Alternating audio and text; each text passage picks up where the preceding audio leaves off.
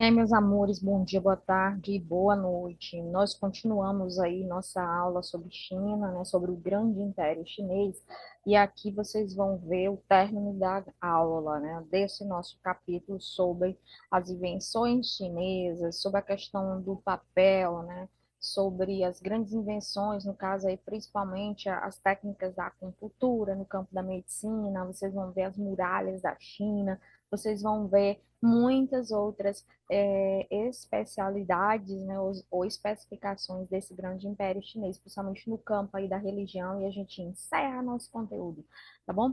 Então vamos lá, tá, gente? Fora o que a gente já vinha falando em sala de aula, de que quando essa civilização ocidental chegou na China, já encontrou propriamente dito, né, o papel, no caso aí, né, principalmente uma nova formatação, que não é esse nosso papel à base de celulose. Lá eles tinham toda uma técnica de fazer o papel deles. Quando o mundo ocidental chegou lá, essa galera já tinha bússola, também já tinha pólvora, né? Tinham técnicas milenares, principalmente no campo aí do que hoje a gente chama, né, de acupuntura. Então, tinha os aparelhos que hoje são bastante difundidos no mundo ocidental para analisar a potência dos grandes furacões, né, dos chamados terremotos aí também. Gente, no geral, eles foram assim os caras, né? Literalmente uma civilização de pessoas inteligentes, onde hoje o mundo ocidental copia alguns modelos aí encontrados nessa China, nesse império chinês aqui, principalmente no campo dos sismógrafos, tá? Que são os aparelhos que medem as intensidades dos chamados terremotos, tá? Mas outras características dessa civilização também foram adaptadas no modelo aí ocidental. Vale ressaltar até que essa China, como eu já falei, é uma civilização milenar. Hoje ela se encontra sendo estudada nos livros, tendo em vista que é uma civilização que aos poucos, né, o Ocidente vai se apropriando dos conhecimentos desse império, tendo em vista também que a China é um país muito assim tido como fechado. Então, hoje o que a gente sabe é justamente o que a China também deixa se ser estudada, né? É um grande império,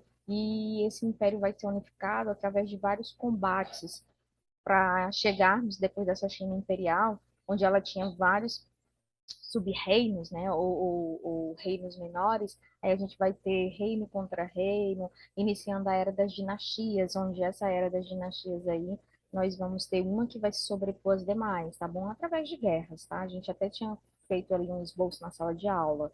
Então vamos aí, tá, gente? Essa era dos impérios aí, combates intensos dentro do território, vai do ano 475 a.C.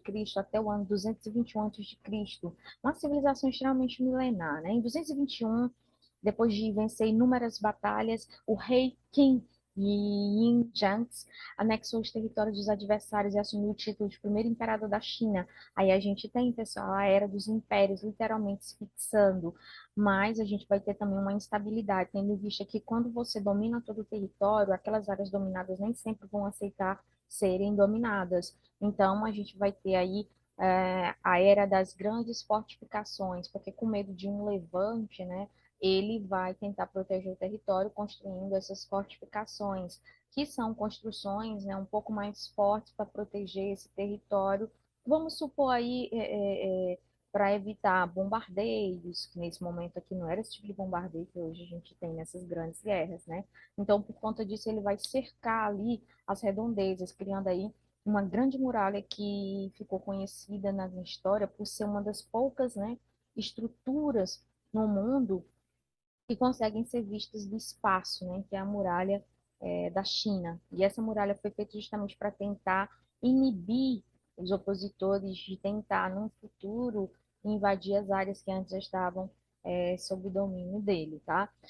A gente tem a era Song, né, da dinastia Song, vai reinar cerca de 1.100 anos depois de Ying, que é uma dinastia, e quando a gente fala de dinastias, é uma sequência de pessoas que vão estar sob comando e que pertencem ao mesmo grupo étnico ou à mesma família, tá?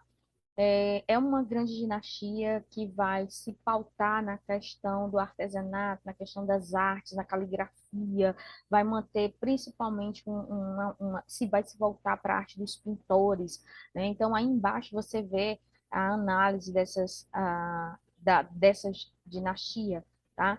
Preste atenção aí, ele vai aparecer, inclusive, né, o imperador Huizong tocando, e esse instrumento é chamado de qin, que é um instrumento musical que tinha entre uma a sete cordas, e aí ele está tocando, né? Porque nesse momento a China, essa dinastia, principalmente a dinastia Song, é muito voltada a essa era da arte, né?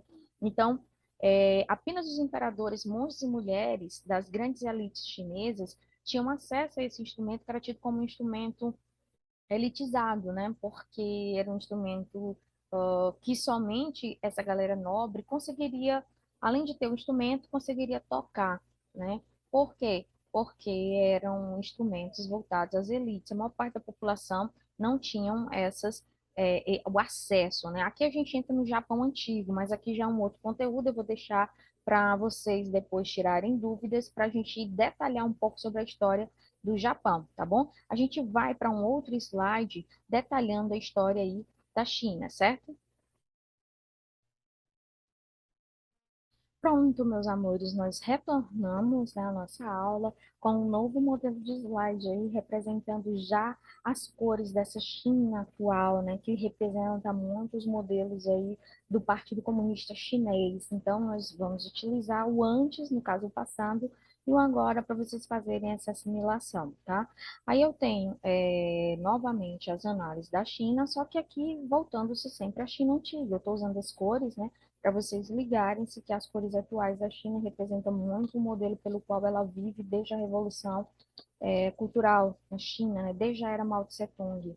Mas, precisamente ali no final, né, do século, entre a metade e o final do século XX, aqui a gente volta ao nosso conteúdo, tá? A gente traz o passado para o presente para vocês analisarem as cores de um Império Chinês, século aí 16 antes de Cristo. Aqui tem uma historinha bem básica, né, para vocês analisarem, porque que esses slides são um pouco mais voltados à questão lúdica, porque vai mostrar os desenhos, né?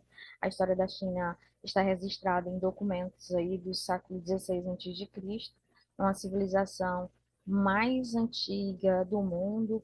Eu acredito que na quantidade de anos só perde mesmo para as civilizações aí africanas, que é de onde o homem realmente descende. Aqui a gente tem a história das primeiras dinastias, né?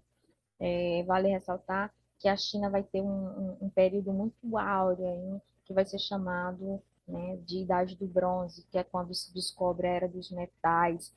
E essa civilização, quando se descobre a Era dos Metais, ela vai simplesmente se identificar na arte da metalurgia, como também a gente vai ter grandes construções sendo feitas nessas primeiras dinastias, como também a agricultura sendo desenvolvida. A gente vai ter a consolidação das nobrezas, né, daquela galera que era tida como nobre, voltada aí à questão política, administrativa. A autoridade nas dinastias vai ser de um líder político, onde todo o poder dele era muito ligado à questão religiosa, porque era tido como sagrado. Aí temos a principal dinastia, que é a dinastia Shang, dos séculos XVIII até o século X a.C. Então, no geral, a gente tem essas dinastias sendo muito amplamente difundidas dentro do território aí chinês, do Império Chinês. Aí a gente tem a primeira unificação, onde as dinastias Qin e Han vão se unir. Os últimos reis Zhou viveram retirados em Liujiang entre os anos 213 e 221 a.C. O estado de Qin, Shen, destronou a dinastia Zhou e se impôs aos príncipes locais, porque eu já falei, né, que a gente vai ter vários principados ou reinos aí, né, e guerrilhando uns contra os outros, a gente vai ter a era das dinastias, que posteriormente, quando uma dinastia vai dominando a outra, aos poucos a gente vai ter a consolidação da era dos impérios. A dinastia Qin foi muito importante para a China, porque foi através dessa grande dinastia que a gente vai ter a base para a formação, tá, gente, dos impérios, né, para a era que a gente vai ter dos impérios chineses. A dinastia Han Vale ressaltar que foi responsável pelo desenvolvimento amplo da agricultura e também da expansão comercial, onde literalmente ela vai desenvolver o sistema de rotação do solo. E aqui alguns alunos só relembrando, então, tá? O sistema de rotação do solo é muito desenvolvido na Baixa Idade Média, só que aqui nós estamos falando de uma civilização antiga que já utilizava essa rotação do solo para desenvolvimento da agricultura. E o mundo ocidental só vai realizar essas técnicas na Baixa Idade Média, com o sistema de rotação trienal ou rotação do solo. A gente vai ter grandes construções de obras hidráulicas para justamente ajudar no desenvolvimento da agricultura. A classe mercantil vai ser aí de fundamental importância para o desenvolvimento comercial, porque é a classe que vai vender e trocar mercadorias, nesse caso aqui principalmente trocas de mercadorias. Essa aristocracia também vai se tornar muito importante, porque é ela que vai deter o controle das grandes propriedades que vão se tornar, no futuro, as grandes propriedades voltadas aos campos da agricultura, né? Então, no primeiro momento, a gente tem uma China ampliando os poderes das aristocracias que vão se transformar aí nas aristocracias poderosas que consolidarão as suas forças, principalmente no campo da produção agrária. Ela vai, como eu já falei, ser unificada de uma forma muito grande aí, passando de reino, literalmente, para uma era mesmo de impérios, tá, gente? Porque império é tamanho, né? Essas dinastias vão ter seus próprios sistemas burocráticos e cada imperador que, ao assumir essas dinastias, vão administrar de acordo com suas convicções, tá? Então, esse território é muito grande, historicamente sempre foi um território muito grande. A China é o terceiro maior país do mundo, depois da União Soviética e do Canadá, é limitada ao norte pela Mongólia e pela União Soviética. Quando a gente volta aqui ao passado, falando muito da União Soviética, é porque literalmente essa União Soviética ela era muito grande, né? E quando a gente trata da dissolução da União Soviética, mesmo a Rússia tendo sido dissolvida, ela ainda ficou como um território muito grande, que não muda muito essas análises que nós estamos fazendo, entendeu? Ela com a China é o terceiro maior país, sim. A Rússia continua sendo o segundo maior país em extensão territorial, e assim vai, tá, gente? Então, vamos literalmente mudar somente essa análise, né? Porque aqui está falando muito da União Soviética, só que eu volto a dizer, o mapa já mudou muito, que a gente não tem União Soviética, a gente tem muito, né? A Rússia, e a gente sabe que a União Soviética ela passa a ruir depois da queda do Muro de Berlim, e eu não vou nem aprofundar tanto esse mapa, porque esse mapa aqui não nos remonta muito à, à realidade, tá? Mas, de fato, a China é o terceiro maior país do mundo, tá? Isso aqui ninguém e aqui está colocando muita ideia do Canadá. Vale ressaltar, pessoal, também que houve uma grande mudança geográfica e que na aula presencial nós vamos mostrar cada um desses mapas para vocês avaliarem, principalmente os tamanhos, né? Porque quem tem internet integrada pode avaliar o tamanho desses países atualmente, tá? E pode também analisar que os Estados Unidos não é um país pequeno, tá, gente? Muito grande, bem grande mesmo. Deixa eu fazer aqui só uma análise aqui, tá, gente? Eu vou avaliar aqui, vou dar aqui uma pausa na nossa aula, só para avaliar os mapas atuais, para vocês terem mais ou menos uma ideia de como fica essa posição geográfica atual de tamanho de país.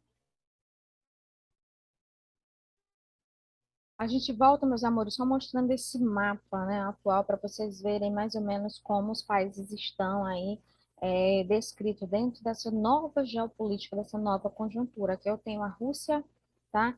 Que é considerado aí o maior país em extensão territorial, e a gente não usa mais termo União Soviética, tá? Até porque a gente precisa fazer as coisas corretamente. Aqui nós temos ela, e ela é considerada o maior país do mundo, até porque ela não está somente na Europa. A Rússia tem uma grande concentração dela na Ásia, é considerado um país transcontinental, né? O componente aí da Eurásia, que um pedaço dela está na Europa e a outra parte dela está aí, pessoal, na Ásia, né? Ela é seguida em extensão territorial pelo Canadá.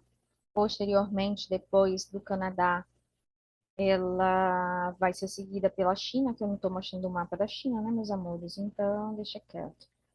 Não dá para mostrar porque é um outro mapa.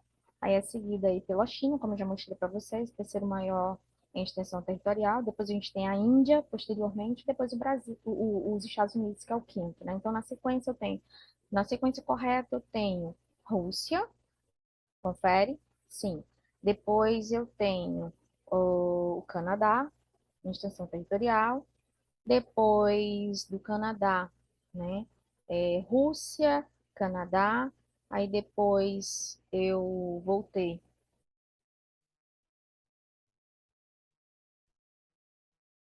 Vou voltar aqui, tá, gente? Então vamos lá. Eu tenho Rússia. Não tô mostrando aqui.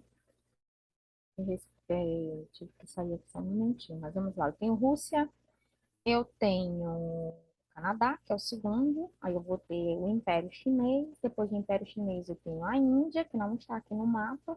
E depois os Estados Unidos, beleza? Sequênciazinha correta. Todo mundo aí prestando atenção. Aqui não dá para mostrar todos os países nesse mapa aqui, dá para mostrar só alguns, né? Primeiro, Rússia, extensão territorial. Depois eu vou ter o Canadá, que mostra no mapa aí, né, gente? Depois eu vou ter o Império Chinês. Depois eu tenho a Índia e posteriormente os Estados Unidos. Agora sim a gente fecha, tá? Vamos aqui voltar literalmente aqui ao nosso compartilhamento do nosso conteúdo, tá? Aqui, pessoal, é a quilometragem da China, mas nos slides anteriores, né, do início da aula, também a gente já tinha falado sobre essa questão da quilometragem, né, eu não sei nem se quilometragem é correta, eu acho que quilometragem está muito voltada ali a carro, é quilômetros quadrados mesmo, tá? Quilometragem é carro, eu acho. Essa questão é isso mesmo. Então, 9.596 quilômetros quadrados. A população que aqui já são números que já são ultrapassados, tá, gente? A população da China já está chegando aí a 1,4 bilhão, está bem próximo disso, tá? Atualmente. 1,4 bilhão de pessoas já está próximo disso. A capital, Pequim, como vocês já sabem, aqui a gente trata um pouco sobre o maior símbolo chinês, né, a Muralha da China, que é o maior símbolo nacional do país, ligada muito à inteligência daqueles povos, porque está também muito atrelado ao Império Chinês e mostra muito a tradição daqueles povos antigos na China. Essa muralha aí, pessoal, ela funcionou em épocas anteriores como um sistema de autodefesa, né? Ela foi feita para defender o território contra possíveis invasões de povos aí oposicionistas à era dos impérios. Então, atualmente, é um espaço onde transformam-se constantemente em áreas de visitações, atrações turísticas, e até mesmo porque os estrangeiros adoram, né? E tentam sempre desbravar como essas muralhas puderam, assim, ter sido construídas. Então, a história da China tem 4 mil anos. É uma das civilizações, como eu já falei para vocês, mais antigas do mundo. E durante aí, a Idade Média, teve muito o seu campo sendo estudado, né? Ciências e as artes, tendo em vista que eles já eram muito avançados quando o Ocidente chegou por aí, né? Como eu já falei para vocês, é uma civilização muito voltada à questão do arroz principalmente, mas não só arroz, trigo, cevada, soja, painço, algodão, chá e tabaco também são muito fortes, mas principalmente a gente, o arroz, não esqueço nunca disso, é uma civilização que gosta muito de arroz. Aliás, não só a China, né, mas os povos asiáticos como um todo, uma grande concentração aí dos povos que habitam, né, o continente asiático são muito voltados ao arroz, né? Aqui os chineses, como eu já falei, inventaram o papel, a impressora, como também vocês já sabem, a pólvora, a bússola, tinham grandes conhecimentos náuticos. E, no geral, pessoal, depois, quando chegam-se as eras das grandes revoluções do século XX, a China vai sofrer um grande baque, até vivenciando uma era de grande fome, né? Em algumas partes do país, inclusive, dessa China atual, no final, por exemplo, do século XX, a gente vai ter fomes intensas, né, sendo espalhada por todo o país, onde em determinados pedaços da China, as pessoas, para não morrer de fome, começaram a inserir nos seus cardápios outras formas de alimentos, até por uma questão de sobrevivência. Então, assim, é um país que sofreu muito, né? Mas sigamos. A economia da China é uma das economias que mais crescem no mundo, isso aí a gente não nega. A China não é hoje uma potência no sentido mesmo, assim, de ser um dos países mais ricos, justamente por conta da desigualdade. A gente está falando de uma população que chega quase a 1,4 bilhão de pessoas vivendo dentro de um único território. Então, a China se transforma num país emergente justamente por conta dessa desigualdade extrema. É uma das economias que mais cresce, mas ao mesmo tempo que ela cresce, ela tem uma grande dificuldade de igualar os vencimentos, né, os ganhos de toda a população por conta da desigualdade que é muito grande aí pra gente. A gente tem uma política muito ali voltada a eles mesmos. A Constituição da China, ela foi refeita em 1982 e se transformou a partir daí em um país de partido único, bem parecido com a Rússia atual, né, do Vladimir Putin, onde somente um partido pode lançar candidato. Então, quando, por exemplo, vai ter eleições na China, a grande concentração do Politburo se reúne e aí lá os membros, o alto escalão dos membros aí do Partido Comunista, eles decidem entre eles quem será o candidato. Então, a China tem sempre eleições de partidos únicos, como eu já aqui está falando logo, né? O parlamento chinês é unicameral. E aí, gente, a gente tem essa China de hoje, onde geralmente a população não tem eleições com mais de um candidato, é a eleição, eleição somente com um candidato, onde o alto escalão do Partido Comunista se reúne e lá eles definem, né, quem será o candidato, a população só tem que votar naquele candidato. Ela tem se tornado um dos países atualmente, depois dessa era dos impérios, com uma indústria manufatureira muito forte e uma indústria de tecnologia da informação também, que só se expande, né, no campo da tecnologia. O que falar das eras tecnológicas dentro desse desenvolvimento, com a chegada, por exemplo, de tecnologias que batem quase que de forma igualitária aos processadores dos celulares americanos, né? A gente tem um grande embate entre a Xiaomi, não sei se eu falei certo, tá? Versus aí a Apple, né? Então, no geral, é um grande produtor de telefones celulares, monitores do mundo, televisores. Esses números aqui já estão defasados, tá, gente? Não é entre 30 e 35%, mas esses números só aumentaram, tá? Nessas produções. É um dos países que mais se desenvolve no mundo e principalmente aí abocanhando os mercados da América do Sul, ou precisamente aí da América Latina, o que diria, né, aí o que diz o Brasil, né? O Brasil é um dos maiores parceiros comerciais da China, e a China é um dos países que mais aí tem acordos comerciais com o Brasil. O Brasil é o primeiro parceiro comercial da China, e a economia do Brasil depende muito do que a China faz aqui dentro do país, porque o Brasil vende muito para a China, como também a China vende para o Brasil. Mas, no geral, essa questão bilateral entre os dois países é muito mais vantajoso para o Brasil, porque a China investe muito no Brasil, certo? Isso aqui, pessoal, esses dados aqui não são tão atualizados, eu até vou pular, tá? Aqui é só mais para vocês conhecerem, né, essa questão aí da arquitetura da China, né? Se desenvolve muito, como eu já falei para vocês, também no campo educacional e comercial, que a indústria tem, é inquestionável, né, a indústria chinesa. Aí é uma grande potência comercial, mas tem um grande problema de ser um país emergente por conta da desigualdade. É um país que hoje grandes investidores querem estar investindo lá, tendo em vista que a mão de obra lá não é cara quando se compara, por exemplo, a mão de obra americana.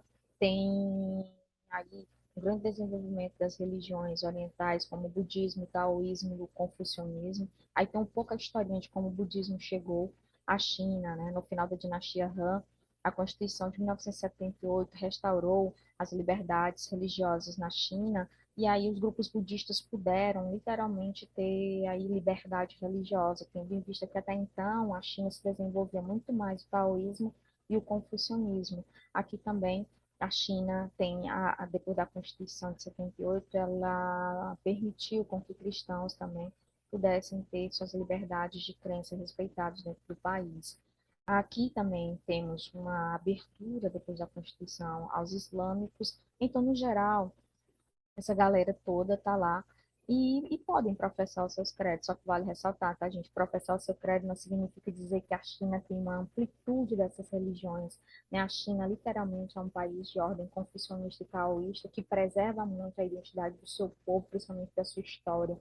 Então, as religiões que têm muita influência externa, geralmente não são essas religiões que têm uma abrangência muito grande entre a população, tá? Aí a gente tem os modelos de vestimentas da China, só para vocês verem, né? Ah, é muito comum. Mas hoje, principalmente essa China mais atual, não necessariamente as pessoas se vestem dessa forma. Só em grandes eventos, em festas. Aí a gente tem os símbolos da cultura chinesa, tá? O dragão simboliza o poder, a valentia, o heroísmo, a perseverança, um povo tido aí na história como um povo bravo, que luta pelo aquilo que acredita.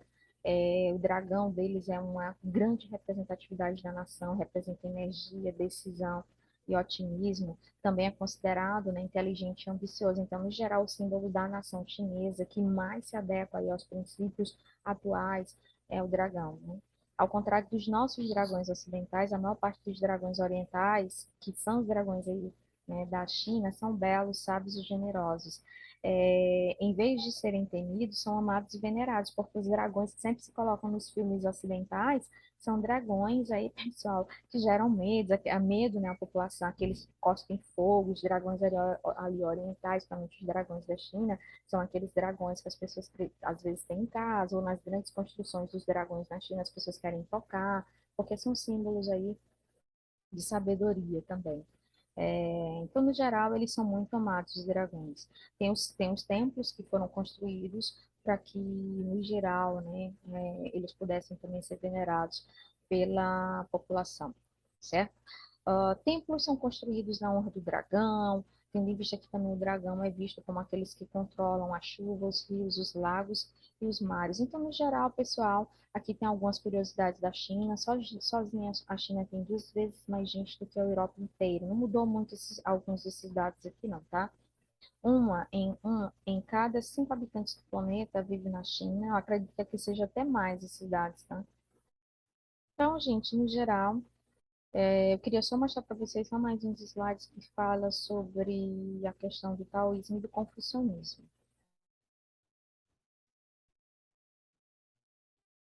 Aqui, meus amores, é o último slide, em definitivo, só para vocês verem essa questão do desenvolvimento, né, da raça humana, né, dos seres humanos, da raça dos hominídeos no continente asiático. A gente aí tem o preenchimento facial, a gente tem as primeiras aldeias sedentárias, do qual vai dar origem a essa civilização. A gente tem aí a estrutura social, primeiro vinha a família imperial, segundo, grandes proprietários de terras, vem os mandarins, funcionários públicos letrados, era a galera que detinha o poder da escrita e também sabia ler e escrever. E é a galera que vai ser praticamente responsável pelo desenvolvimento atualmente dessa China, né, onde vai ter essa certa padronização, inclusive em torno do idioma mandarim. Aí a gente tem no segundo pilar também grandes comerciantes, empresários, manufatureiros. No terceiro pilar, funcionários do governo, pequenos comerciantes, pequenos proprietários, os artesãos. No quarto, né, no quarto nível de pirâmide, com os camponeses e os trabalhadores contratados. E na parte de baixo, a gente tem os escravos. Aí tem os aspectos culturais, como vocês já viram, né? A questão da escrita chinesa, os ideogramas, que cada desenho desse aí representa literalmente, tá, gente? Um sentimento. Mas também, né, gente, imagina se aqui fosse uma letra. Aí não dá, né? Aí tem a questão da pólvora, os artefatos, fogos de artifícios, os armamentos, os foguetes, que também eram muito voltados a essa civilização. A gente tem aí a cerâmica, como vocês já viram em sala de aula, né? Como é que eles faziam e se desenhavam nas cerâmicas, né? Então, muito comum na China se fazer isso. A Rota da Seda, aí a gente tem só desenhos que mostram, né, como é que eles faziam essas grandes produções. Aí a gente tem, como eu já falei, o bichinho que produzia, né, essa seda, que é o bichinho chamado bicho da seda, que vai ser um grande produtor dessa seda. Beleza? Vamos continuar aí. Essa rota passa a ser muito importante para o mundo ocidental e também para o mundo asiático, no primeiro momento, né? Quem vai fazer esse comércio aí com o mundo europeu vão ser os persas, e depois, né, quando a Inglaterra detém, chega, por exemplo, nessa rota, a Inglaterra também vai expandir essa questão da rota da seda para chegar essas mercadorias também na Europa. As primeiras dinastias, como vocês já viram, está aqui na sequência, onde elas praticamente vão dominar dentro do território chinês. Aqui sim é um mapa que remonta muito a essa tradição antiga, tá? E onde cada dinastia aí estava centralizada nas partes de acordo com aqui o mapa, tá? Aí a gente tem a bússola, alguns alunos podem ter já ter tido contato com ela, né? A bússola é muito aí ainda usada, principalmente em exposições de aula de história. Aí a gente tem papel, mas não esse papel que a gente tem hoje, né? A base de celulose.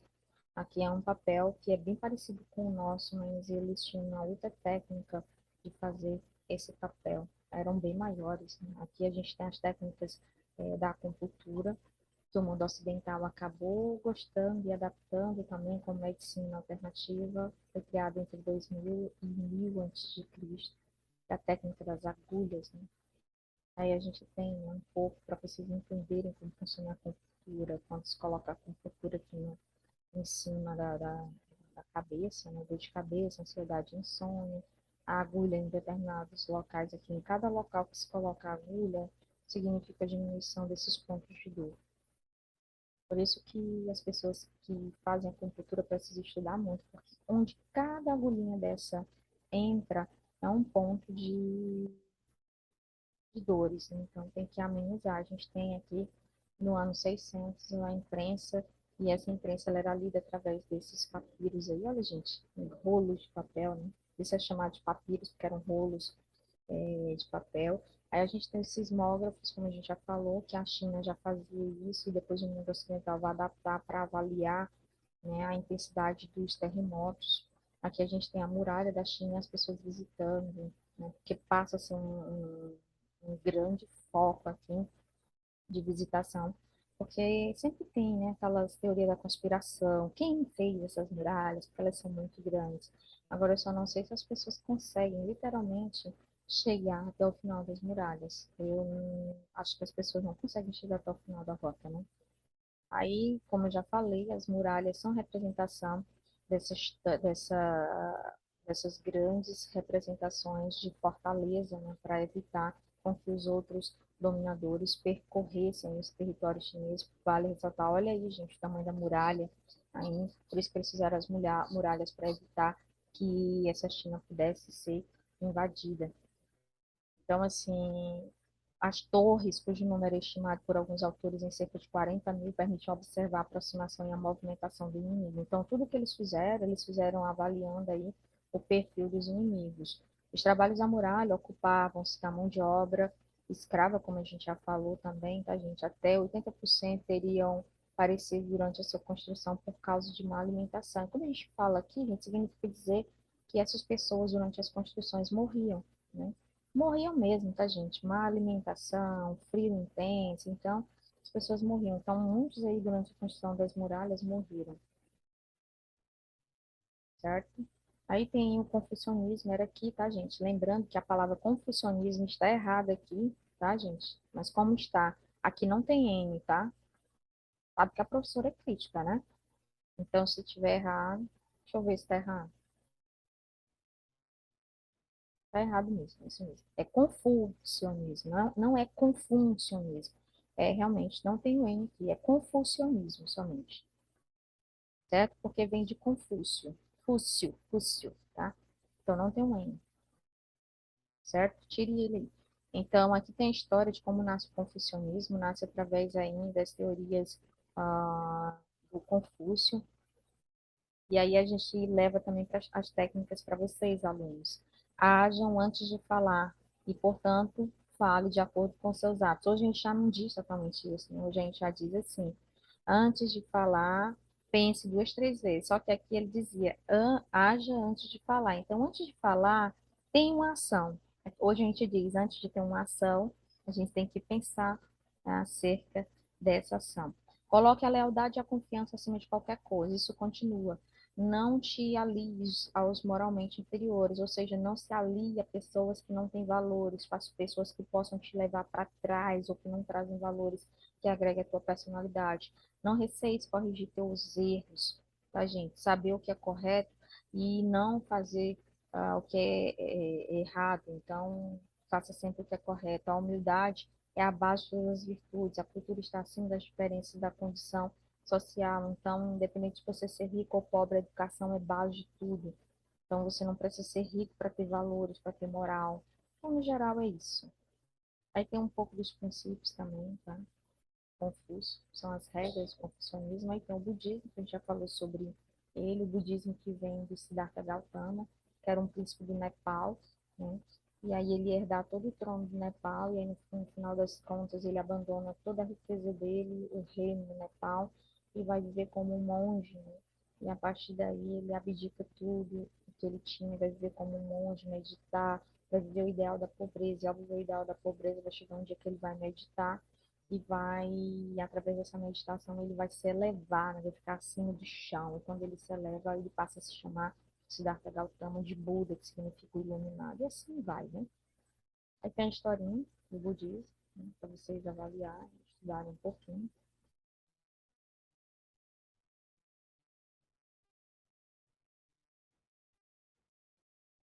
Aí os ensinamentos, a filosofia e os princípios do budismo.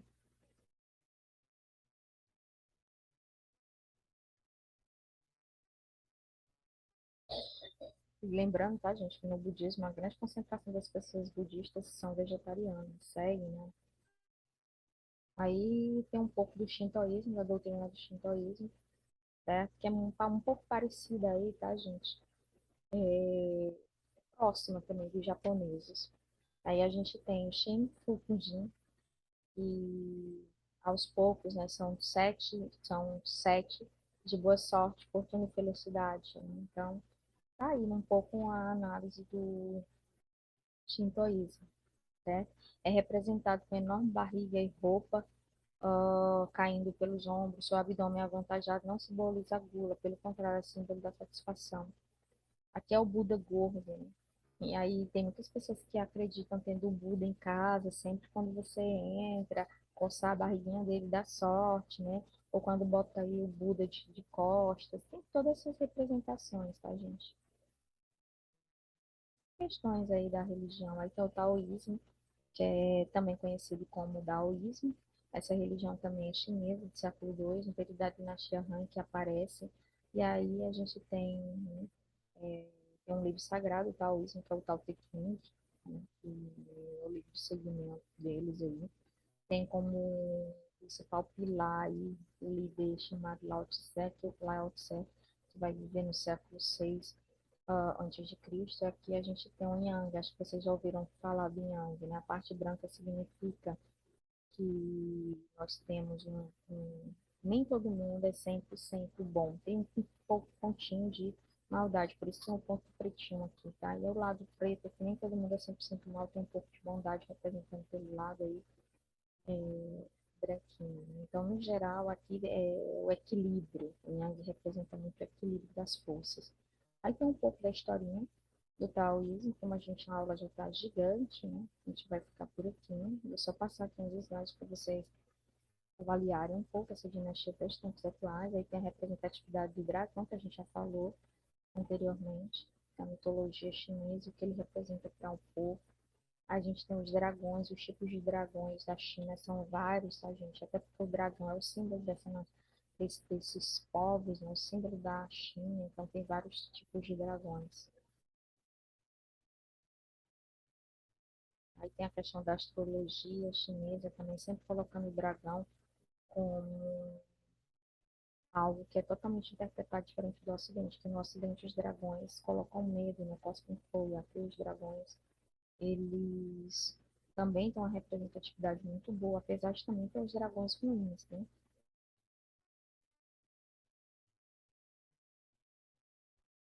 Aí tem um pouco, né, do diagnóstico da China. Aqui também já mudou muito esses dados, por isso eu vou passar. Aí tem o horóscopo chinês, esse não muda não, né? Aí dá para você analisar, eles se baseiam. muito assim, tá, gente? Pela lua, literalmente, tá? Aí tem o horóscopo, tá? Cão, porco, rato, boi, são os bichos do horóscopo.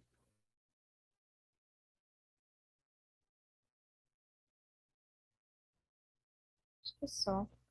Aí, ó, o exército de terracota. Sigamos. Já deu tudo certo. Aqui um pouco, tá, gente?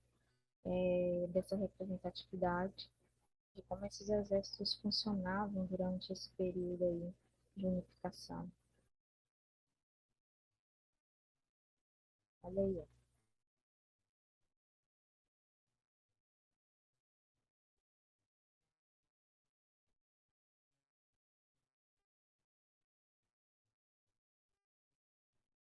Então, meus amores, a gente fica por aqui. Espero que vocês tenham aprendido um pouco sobre a cultura chinesa.